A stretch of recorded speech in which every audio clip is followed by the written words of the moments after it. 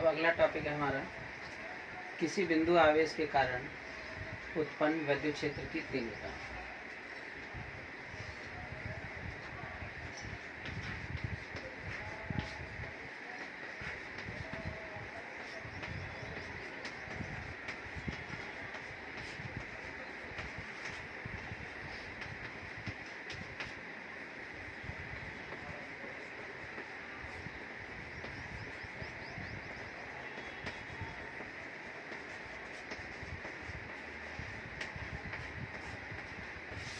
किसी बिंदु आवेश के कारण उत्पन्न विद्युत क्षेत्र की तीव्रता,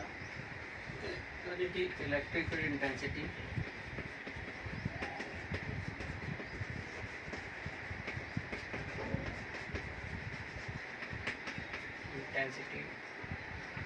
ड्यू टू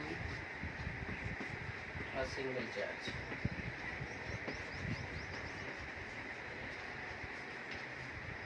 ठीक है, एक सिंगल चार्ज से इलेक्ट्रिक फील्ड इंटेंसिटी। तो यहाँ पर एक चार्ज ले लेते हैं आवेश, इसका मान है Q। हमें किसी बिंदु पर, तो ये बिंदु हमने मान लिया है, इसको हमने रखा हुआ है O पर, और यहाँ जिस बिंदु पर हमें निकालना है उस बिंदु को हम मान लेते हैं P। और जिस बिंदु पर इस आवेश की विद्युत क्षेत्र की तीव्रता निकालनी है तो उस बिंदु पर हम एक परीक्षण आवेश टेस्ट चार्ज ले लेंगे Q0। परिभाषा ये कहता है। तो ये हमारा आवेश है जिससे उत्पन्न विद्युत क्षेत्र की तीव्रता निकालनी है कहाँ पर, बिंदु P पर, और जिस बिंदु पर निकालना होगा वहाँ पर हम ले लेंगे Q0 आवेश। और ये Q0 क्या है, परीक्षण आवेश। इसका इकाई मान 1 होगा प्लस का। तो अब दो आवेश हो गया। मान लेते हैं कि इन दोनों के बीच की दूरी यहाँ से यहाँ तक, इनके बीच की दूरी है R। तो दो आवेश हो गया, एक Q दूसरा Q0। और हमने कूलाम का नियम पढ़ा है, कूलाम का नियम दो आवेश के लिए होता है। तो कूलाम के नियमानुसार अकॉर्डिंग टू कूलाम लॉ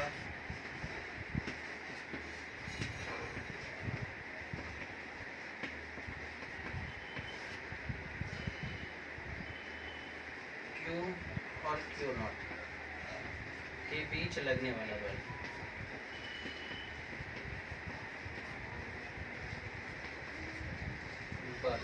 कितना होगा, F बराबर में K Q0 अपॉन R²।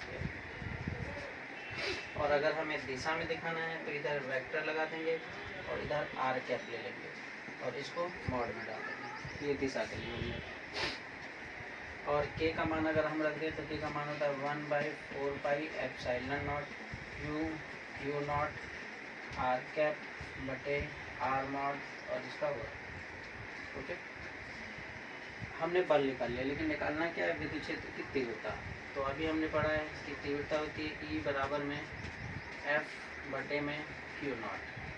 तो F का मान यहाँ से रख देंगे, बटे में Q0 कर देंगे। तो ये Q0 और ये Q0 कट जाएगा, तो हमारे पास बचेगा क्या, 1/4πε0 Q R कैप R वर्ग और इसका मॉड।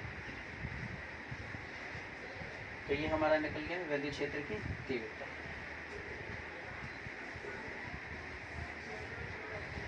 ये फार्मूला है विद्युत क्षेत्र की तीव्रता।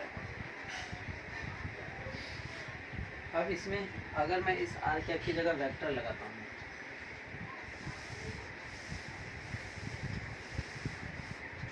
तो यही हमारा लिखा जाएगा E वेक्टर अपॉन में क्या रह जाएगा, 1/4πε0 Q R कैप की जगह हम लग देंगे R वेक्टर और अपॉन में आ जाएगा RQ और मॉड। क्यों, क्योंकि हम जानते हैं R कैप किसके बराबर होता है, R वेक्टर अपॉन में R मॉड। तो ये क्यों। और जनरल फार्मूला अगर हम लिखते हैं बिना एरो लगाए तो ये कॉमन सा फार्मूला जाएगा E बराबर 1/4πε0 Q अपॉन R²। तो यहाँ से जो विद्युत क्षेत्र की तीव्रता है ये किस में निर्भर कर रही है, आवेश के मान पर और आवेश के दूरी पर।